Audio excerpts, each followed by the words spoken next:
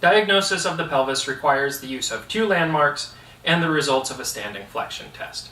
Find the iliac crest and track to where you then find the PSIS, both PSISs. And then have your patient slowly bend over to touch their toes and track and see which PSIS moves first. In her, the first one to move was the right one. Go ahead and stand up. So that results in a right-sided dysfunction. We will then use 2 landmarks to diagnose the pelvis, the ASIS and the PSIS. However, I do know that others were taught to look at the malleolus length and see if there is a discrepancy.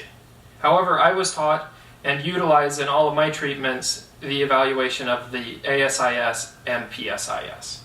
Remember to always consider your dominant eye and to be on the appropriate side of the table for the diagnosis.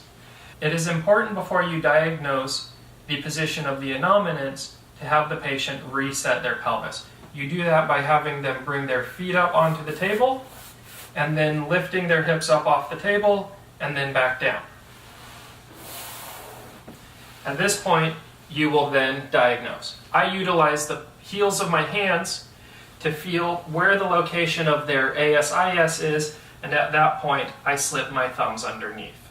The next step is the PSIS, which I usually feel underneath the patient and feel their PSIS from this location. However, this can be difficult with some patients, and it is easier to get a diagnosis if you have them roll over onto their stomach to where you can most accurately feel the PSIS.